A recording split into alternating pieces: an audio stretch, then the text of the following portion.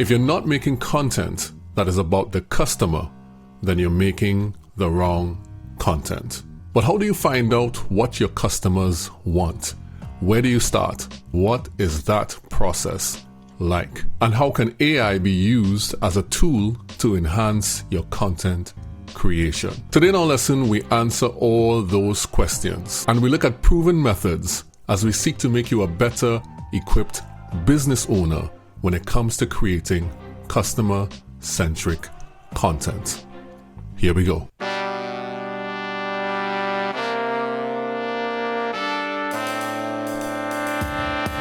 Teaching you to make useful content so that you can build long-term relationships with the people that matter to your business.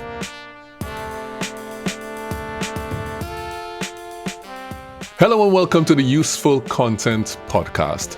And today we have a new teacher in the Useful Content classroom, Mclean Lewis. Hi, Christine. Hi, everybody. I'm so excited to be here. The last time we were on a podcast together, you were just Christine McLean. So things have changed slightly. Things have changed. Great. I don't have a ring on it. That's good. Ring on it is good. Yeah. And it's so great to have you back. I recently was on a live stream with one of the people who I like to live stream with, and I mentioned you, but not by name. And I said that you are one of my favorite content creators on LinkedIn. And I follow a lot of people with hundreds of thousands of followers. But even though I do that, I think that you are still heavily underrated in terms of the value you provide. So it's good to have you back on the show. Thank you so much. And I really appreciate you saying that. I'm humbled. Excellent. All right, so let's share with the people how you help your clients make useful content and what you do for them. All right. So I help my clients make useful content by focusing on the customer first. And I know that seems like something that's very obvious, but when I speak about focusing on the customer first, I really build content strategies and content based on an understanding of who the target customer is, what their problems are, and how the content can help them address those issues. Mm-hmm. So I focus on customer research a lot. I speak to actual stakeholders in whatever industry you're in and get feedback from them about the challenges within the industry, speak with their existing customers. I look at reviews. I do as much as possible to understand your customer and figure out how content can help them achieve their goals. So that's how I create useful content for my clients. It's interesting because you are a content strategist and you believe in customer first content. So yes. How would you define, I know you just talked about it a little bit, but how would you define customer first content?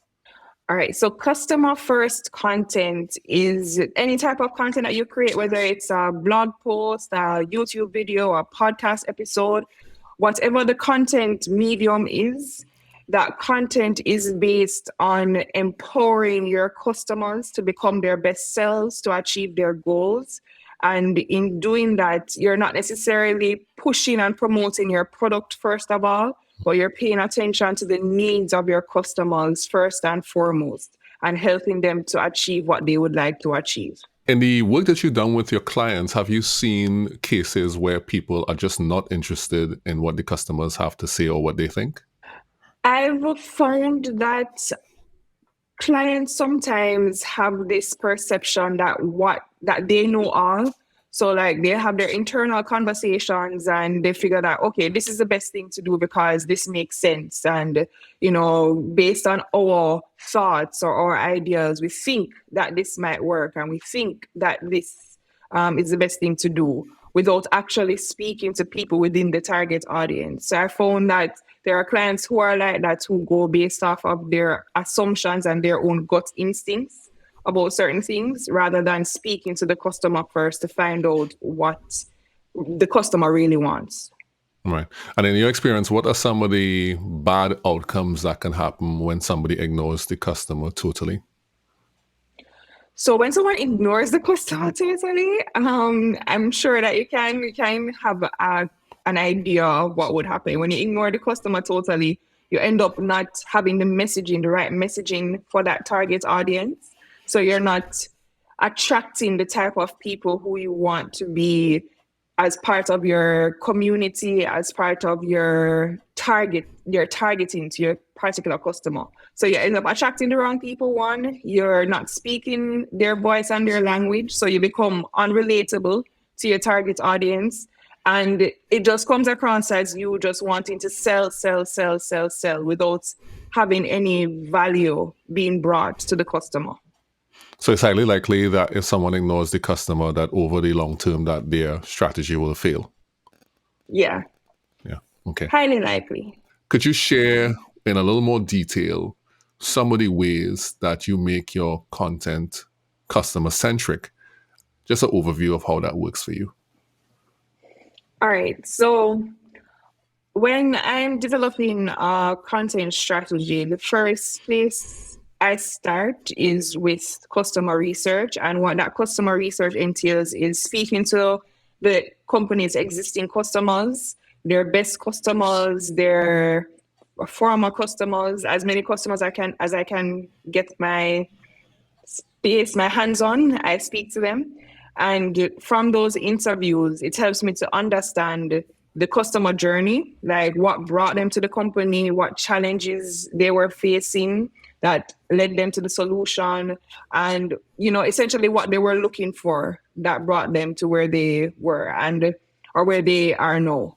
So using that information, I'm able to then figure out, okay, so these are the challenges that the customers were facing.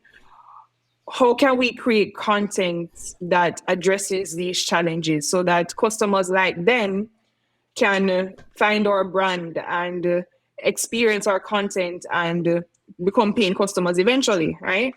I also listen to sales calls because sales calls can be very insightful, and I try to be a part of some of them too if I can, like as a fly on the wall. Sales calls are very, very insightful, so I really do recommend people be a part of them and listen to them. And I also, if there are any existing reviews that the company has, I will look at the reviews as well, and I'll look at competitors' reviews too, just to get a holistic view of what customers are looking for, what challenges they face. And with all of that information, as I was saying, I will then figure out, okay, what content can we create to address these points, address these challenges? And the content discussion also has to focus on the content mediums as well. So what types of content would work best for appealing to this particular customer group? Where should the content be distributed? Where do these people engage with content the most? I have to look at all of those things. Then once I've done that, the aim then is to ensure that the strategy is linked to, yes, the challenges that the customers face, but also the goals that the business wants to accomplish in the short term and the long term. So for example, let's say that the business needs to generate 60 leads within a month. How can the content that we create help them generate those 60 leads? And some of the things that we can do to address that need is to create content specifically for the sales team, for example.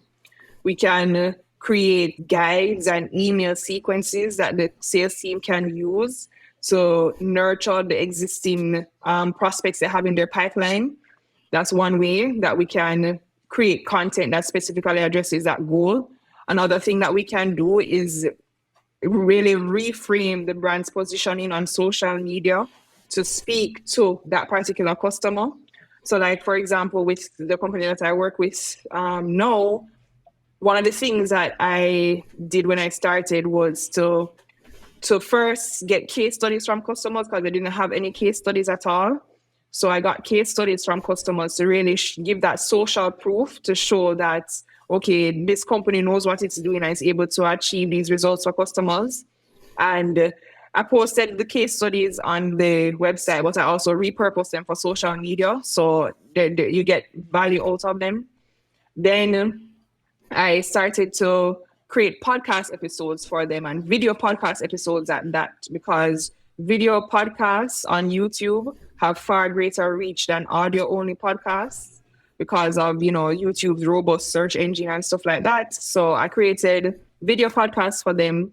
And through the video podcasts, again, we're not forgetting the challenges that the customers have expressed that they're facing. So with the podcasts, I'm addressing those challenges that customers have highlighted, but I'm also connecting the brand with experts in the industry who fits their target audience as well. So through making those connections, it's a way of building trust within the industry and also helping the company eventually get leads. They're getting them closer to those 60 leads that they need for the month, right? And then in creating those video podcast episodes, I'm able to repurpose that content even more, because videos can be repurposed into snippets. They can be repurposed into image posts. They can be repurposed into text posts. They can be repurposed into LinkedIn articles, into blog posts. There's so much that you can do with the content.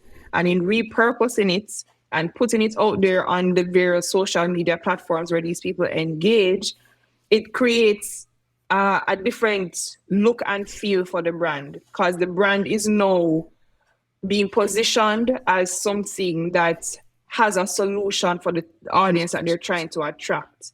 So creating that positioning for the brand helps them not only to get closer to those 60 leads for the month, but helps them in the long term to attract the customers that they're looking for. That's one of the ways that I create the customer-centric content. And I know that SEO is a big thing. Search engine optimization is important because it's important to do SEO right so that your content can be seen in search engines. It's very important. But through starting with the customer research first and then linking that research to the keywords that you want to target, even with the customer research, you're able to find the actual terms that those people use in their industry and use those terms for your keyword research. So it's more targeted. That's one thing. And even if you're not able to do that, it helps you to better understand what keyword groups you should use, what keyword phrases are most important to this group. And then you can build your content with the right keywords so that you're ranking for the right things. And your SEO becomes very targeted to the type of people you want to attract. It's not just general and broad brush and attracting every Jack and Jill out there. It's really speaking to who your customers are and what they're trying to accomplish. And I will say as well that with creating content for customers, we talk a lot about search intent in the content marketing world. So you want to ensure that you're creating content that speaks to each level of search intent. So awareness content, consideration content, and then content that leads closer to a purchase. You need to have those types of content within your content strategy as well. All right, great. So we've spoken a little bit about that. And today we want to connect that whole customer-centric focus to how you use that in an AI-powered world. And we know artificial intelligence is all of the rage right now. And especially since now they are even creating videos from text prompts now, which I have recently looked at, and they're getting better. It's interesting. As a video creator, I'm like, I'm looking at it, as we say in the Caribbean, cut eye. I am looking at it and saying, this thing is developing fast. Right. And I know that you believe that that content that delves deep into the problems your customers face in helpful ways is the type of content that will bring long-lasting results. So your position is that even with the advent of AI, even with those things that exist, that the only way you can give your customer long-term results is by delving into their needs. Expand on that and tell us why you believe that. All right. So I believe that AI is amazing. As you just mentioned, there are so many AI tools out there now that can help people create content and that can really support the content marketing process. And I just want to highlight that point, that even though AI is awesome and it can do all of these great things, I believe that AI is more of a support than the end all and be all of content creation. And why I believe that is because, one, AI is basically a tool that pulls in information from multiple sources and creates something, right? So it's not based on, although you can, like with some of the image generating tools, for instance, you can create something completely new and exciting using the different prompts, but at the same time, it's all based on information that it's picking up from what already exists. So it's not completely original and completely new. That's one. Two, with ChatGPT and all of these tools that people are using to actually write blog posts and those types of content, there's a lot of sameness. So a lot of the content ends up looking the same and sounding the same. And you can tell when something is written by an AI tool because it just sounds very generic and very, it doesn't have the depth that it needs to have in order to be useful, right? And even with the blog posts that are created using AI, a lot of the times they pull data from sources that are inaccurate. I wouldn't even say a lot of the time, but there are times when it pulls data from sources that aren't accurate. So you'll produce something that is not accurate and will give you a bad reputation, and that's not something that you want, right? So I believe that AI is a good supporting mechanism. It's something that you can use to give you a foundation for creating your content, a foundation that helps you to do things faster with your content marketing process. And once you have that foundation, you need to put your thoughts and your creativity and your input as a human to develop and enhance that content to really appeal to the needs of your target audience, to really appeal to what makes your brand stand out in your industry. So for example, I use ChatGPT at times to create blog post outlines and to give title ideas.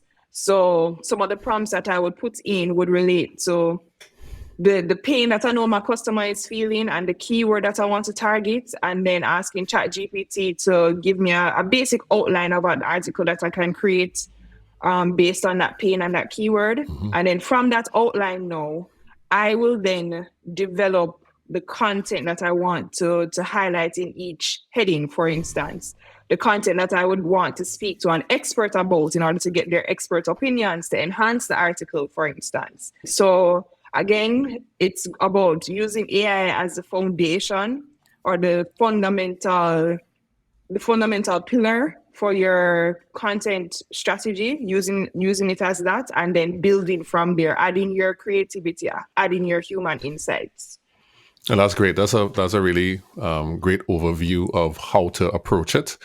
And it was Blair Enns. Blair Enns is a creator I follow. He wrote the Win Without Pitching Manifesto. Pretty good book. Okay. And so he has a podcast, and on the podcast he was talking about AI as well. And he was basically saying that in order for you to develop any point of view, one of the things he believes you have to do is write. You have to write for yourself. You have to put things down on paper. He mentioned that when he writes, in his mind, he is saying, I am saying something that these large language models can never say. So the AI is motivating him to do the opposite of what they are doing. And I kind of agree with that. And I think that's probably what you're saying. You're saying that it's a tool, but there's a human element of originality, of experience, of being able to talk about things in a way that is not an aggregation of all this information, but is a unique perspective. Right. And you are saying that in order for us to get the best out of our content, we need that human element. And we could also use the AI as a tool. Is that what you're saying? Yes, that's essentially what I'm saying. And an example came to mind while you were speaking. I know that a lot of people have been seeing the new LinkedIn, I I don't know what they call it, the LinkedIn Collaborative thoughts, articles. leadership, right? Collaborative articles, right? So LinkedIn, it's a genius idea. They've been using AI to generate these articles. But when you look at these articles, they're very, very basic, very bland. They don't have any form of richness in them, any form of deep value. But what they're doing is they're getting experts on LinkedIn to come in and add their expertise to the articles. And it shows that even though AI can generate this content, you still need that human element to bring, as you were saying, the expertise, the knowledge, the creativity, the things that the AI tool can't do on its own. Yeah, that's so true. And as somebody who has contributed to these articles, I have discovered that I was excited to contribute to like one or two, and after I read two or three of them, I'm like, this is a little strange. You know, it doesn't seem like anybody human wrote this. And you could tell after a while, as you said, you could kind of pick up. And I know this is the worst AI is going to be. It's going to get better, but at the same Yeah, time, it's not going to have my story, my values, my expertise that it can pull out of in order to create that content. So that's great. exactly. That's great. That's wonderful. Hmm. All right, so let's talk a bit more now about how we can use these things in order to create good content. So how we can use the data we gather from interfacing with customers in order to create content. And I know you talk a bit about how Google's latest algorithm. What is it called? Is it called the helpful, Helpful update. right? The Hmm. helpful Helpful content content update. update, and they have done some Hmm. stuff to their algorithm that actually identifies what is AI generated and what is not. Could you explain what that is? What that update is? All right, so the Google Helpful Content Update basically is Google's way of ensuring that the content that is produced in the search engine is actually of value to customers. I keep going back to that word value. So they don't want they want to be able to distinguish between AI content and human made content and the value of the human made content that is produced. And the helpful content update is based a lot on the EEAT framework. Don't know if you've ever heard about it, but Google uses this framework to assess pages on the web. And what EEAT stands for is experience, expertise, authoritativeness, and trustworthiness.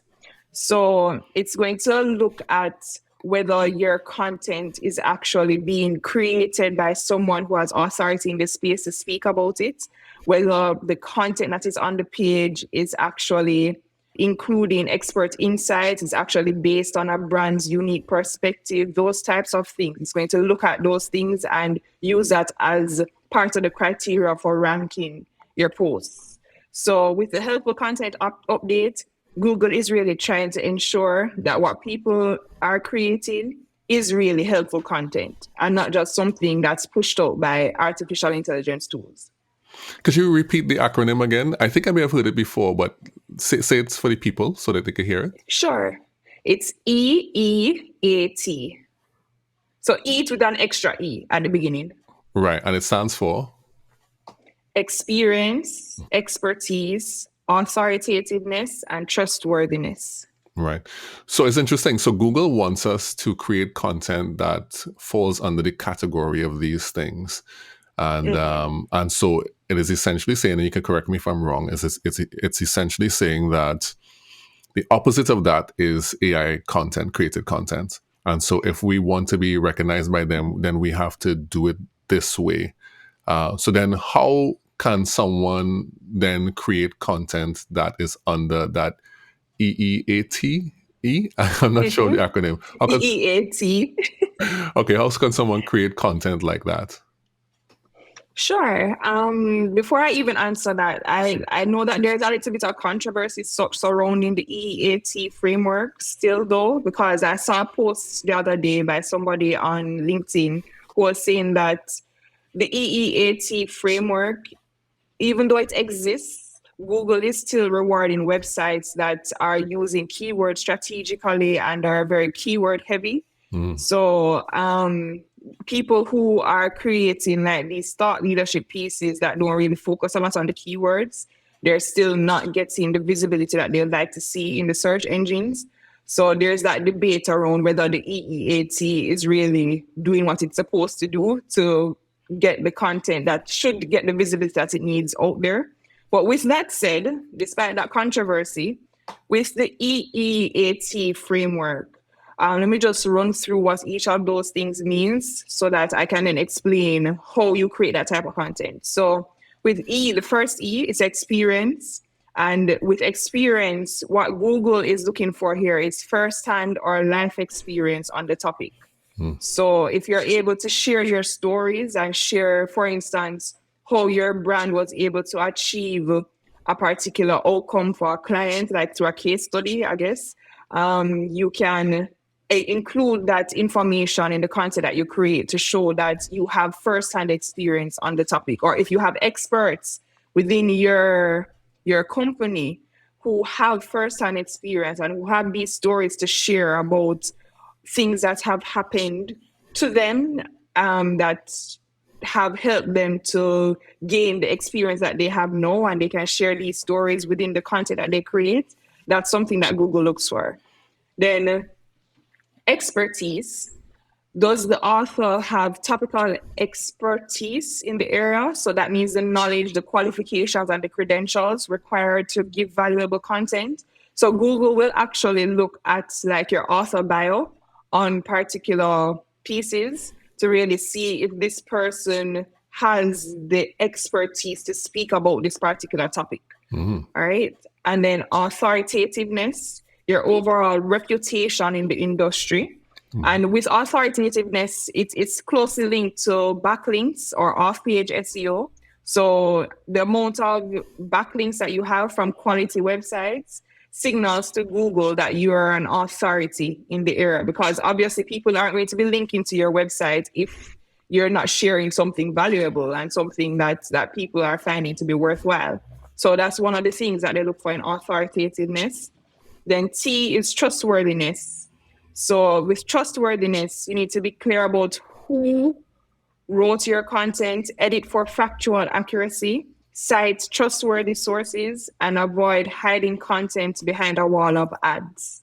So you want to ensure that your content builds trust with your target audience, and you're not just writing a whole heap of fluff or a lot of fluff in your piece, but you're actually bringing value, bringing things that will help people to achieve their best outcomes. So with the EEAT framework, like for example, there's a client that I have now who I've been working with for over a year, and how I create content for that brand, because they don't have internal experts within the company. I interview people within the industry who have the experience, and I use their thoughts and their insights to create podcast episodes, to create create blog posts. So I will use quotes from them in the blog posts.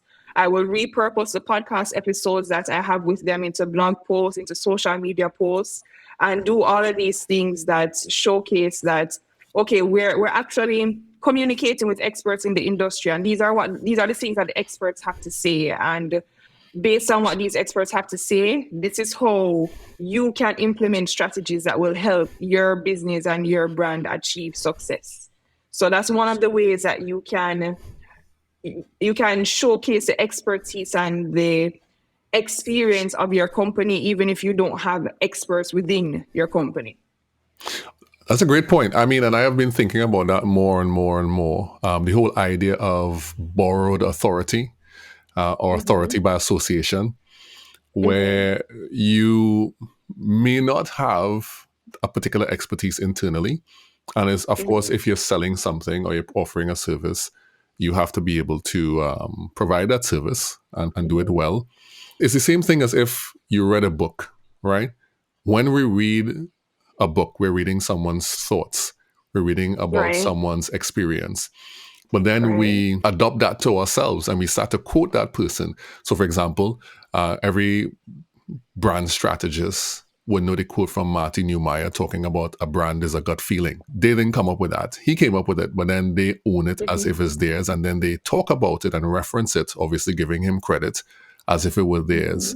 And so they build their authority based on his experience and his authority. It's the same strategy that's being used, where internally you might not have this breadth of authority in your industry, but what you're doing, you're bringing in experts who have had the experience, who have built the authority, and you're having conversations with them. And even in that process, you learn. The person who is conducting the interviews, the internal team learns from them, and then they're able to quote, say things, reference, because it's collective experience people have. Not everybody has all the experience, so we are borrowing people's authority. We are calling on their experience in order to validly make this content and share it with our audiences. That's what's some of what's happening.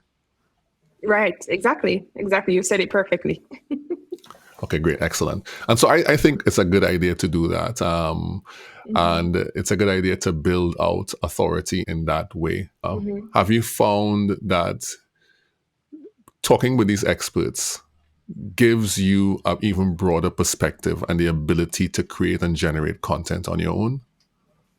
Yes, it really does help with adding fresh perspectives to our discussion, especially in the space where I'm working now, or in the industry that I'm working in now for this particular client.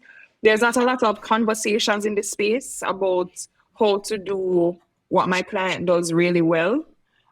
So having these conversations with these experts based on what they've gone through in their own companies or along their own career journeys, it really helps us understand what the real issues are and how the conversation within the space needs to be structured so that people can understand how to do what they do well, if you understand what I'm saying. So it really does help bring in fresh understanding, fresh perspectives that enhance the conversation around particular topics within the niche. Yeah, that's good. And I think that's a good thing. Nobody has experience and then just keeps it all to themselves. Once you're creating content, that will come out. And you kind of hope that people share the thing that you have come up with or share your experiences. Yeah. We hope that happens because it becomes the owner of the people who listen to it and who are wanting to find out, how can I do this thing? And they reference you as an expert. So that's a good thing. All right, so let's talk a bit now about the AI tools, because I know one of the things that you have said before is that the AI should be used as a support or tools to enhance certain aspects of the content marketing process. And you referenced it earlier with ChatGPT, but could you tell us some of the other ways that you use AI tools to enhance your content making process? Sure. Even in some of the tools that we know and love, for instance, Canva, I'm always using Canva to do designs because I am not a designer by any stretch of the imagination. So I use Canva's magic tools at times that are tied to their AI features and stuff.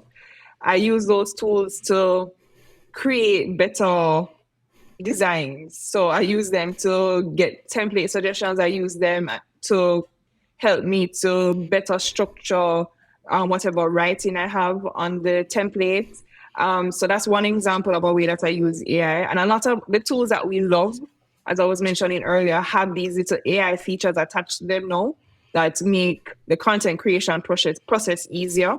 There's also Adobe Podcasts. And although I'm not the editor and full video creator, my husband is, but he uses Adobe Podcasts to clean podcast audio. So he'll put the podcast audio into the tool and it cleans it up and makes it sound like something magical. So I really find that tool very, very helpful. And there are other tools that I haven't really used myself, but I know that there are great tools. There is gi.app. I think gi.app is supposed to be a tool that helps with images. So it helps you to create images that you just put a prompt into the tool and it creates the image for you. I've been seeing a lot of Instagram reels about Adobe adding this AI tool to Photoshop that allows you to just put a prompt in and you can edit photos with ease. So you don't have to go through the tedious process of using Adobe Photoshop's tools to do the editing for you. You can just put the prompts in and it will do the editing for you. It does take a bit of training of the tool to get it right, but I'm sure that over time it will be perfected. And that's one of the things that I find to be useful too. So those are some examples of some AI tools. I mentioned ChatGPT earlier. I use ChatGPT a lot. And with ChatGPT, I use it to create blog post outlines, get topic ideas. I use it to even summarize customer call transcripts, because you can put a call transcript into ChatGPT and ask it to summarize it, pull out the top 3 points from it, and it will actually do it for you. So I find that to be helpful. ChatGPT also can help you to write cold emails, can help you to write email sequences, give you the foundation to start with the email sequences. There's a lot that you can do with ChatGPT, and that's a tool that I use a lot. Right. So yeah, those are some examples. Yeah, because you're primarily a writer, right? Primarily, yeah. Primarily, right. Although I do content marketing overall, but yeah, primarily a writer. Right. But that's your strength, I guess. Like how video might be my strength. I'm not primarily a writer. I adore writers. Writers are skilled, right? Thank you. So, and I adore videographers. So I think okay. So the thing you were referencing earlier. So we know that there are many different places that you could go to get AI generated images. Midjourney, DALL-E, Adobe Firefly was the kind of the one. And then there is Adobe Generative Fill, which is I think what you were referencing earlier on, where you could have an image and you could select just the edges of the image and ask it to fill it out. And that actually, when it first came out, was really great and is even getting better. So that's something that creators of images and is being even used in video now, which is interesting. But the question I want to ask, I know you talked about the ways you can use ChatGPT. What is the wrong way to use ChatGPT? As I've been mentioning, to support your content marketing process, you don't use it to create a blog article and call it a day. Like you can put a prompt into ChatGPT and say, write a 500-word blog post about this topic and it will do it for you. But you need to add the human element to what you're doing. And you probably need to, not probably, but you do need to tailor your prompts to be very specific. I was looking at a post by Juma.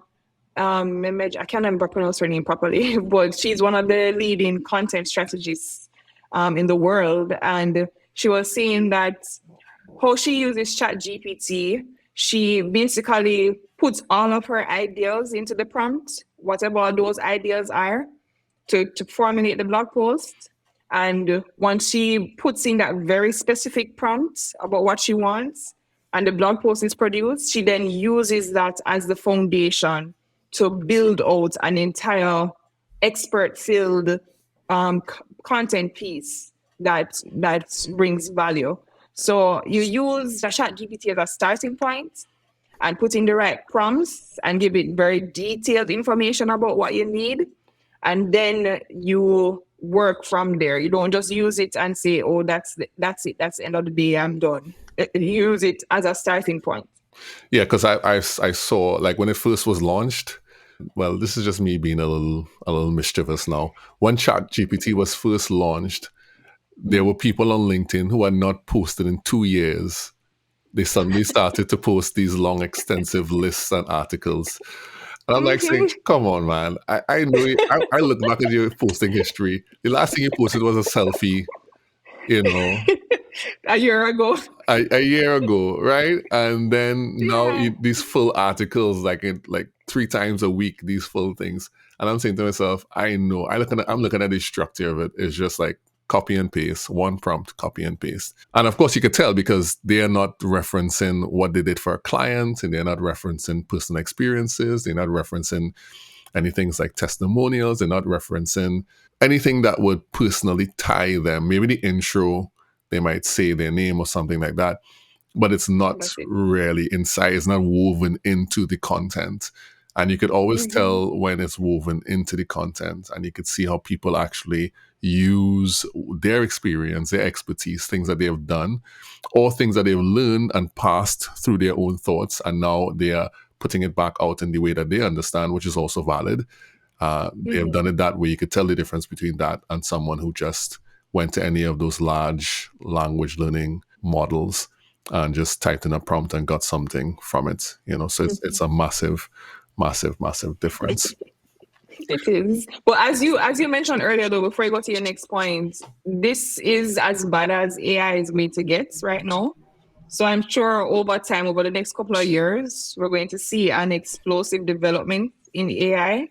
So I think one of the things that we should really do as content marketers and content creators is not shy away from AI completely and not bash it completely, but try to learn how to use it in the best possible way and keep on top of the developments with AI, in other words, and learn how to become a prompt engineer, learn how to do things that will help you to further enhance your content marketing capabilities. I agree. 100%. I agree with that, because there are valid use cases for AI. It's just people have been using it in the lowest hanging fruit sort of way.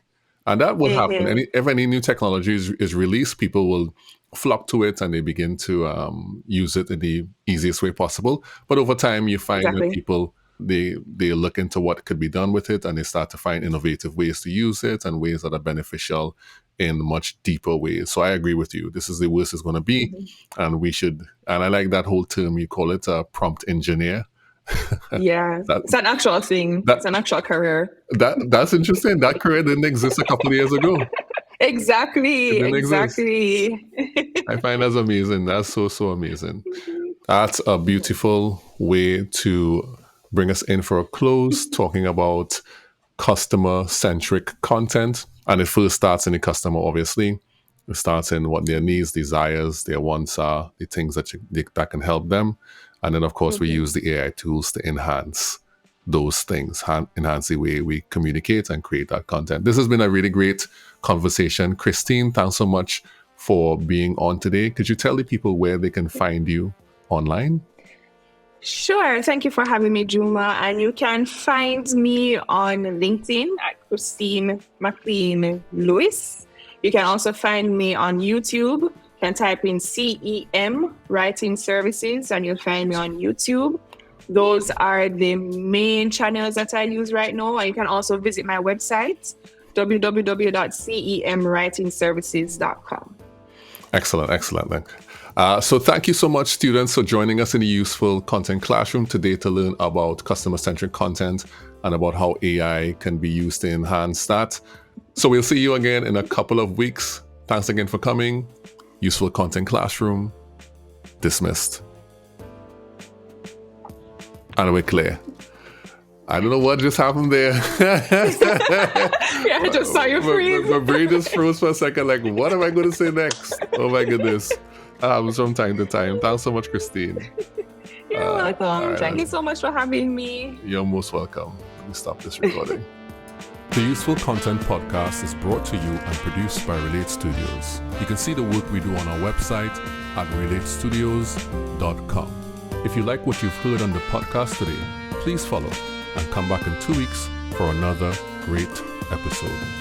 And if you want to get more useful content in between that, you can follow me, Juma Bannister, on LinkedIn and on Twitter. We all know it's still Twitter. See you soon in the Useful Content Classroom.